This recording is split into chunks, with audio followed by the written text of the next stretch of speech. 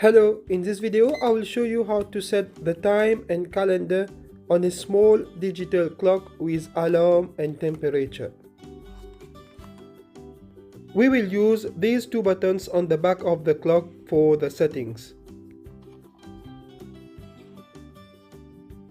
Press the red button one time to enter the settings and then use the green button to set the hour of your local time. Press the red button one time and then use the green button to set the minutes. Press the red button and now use the green button to set the year.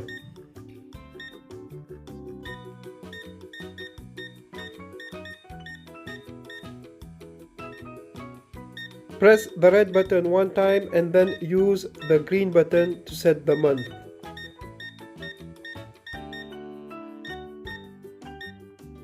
Press the red button one time and then use the green button to set the date.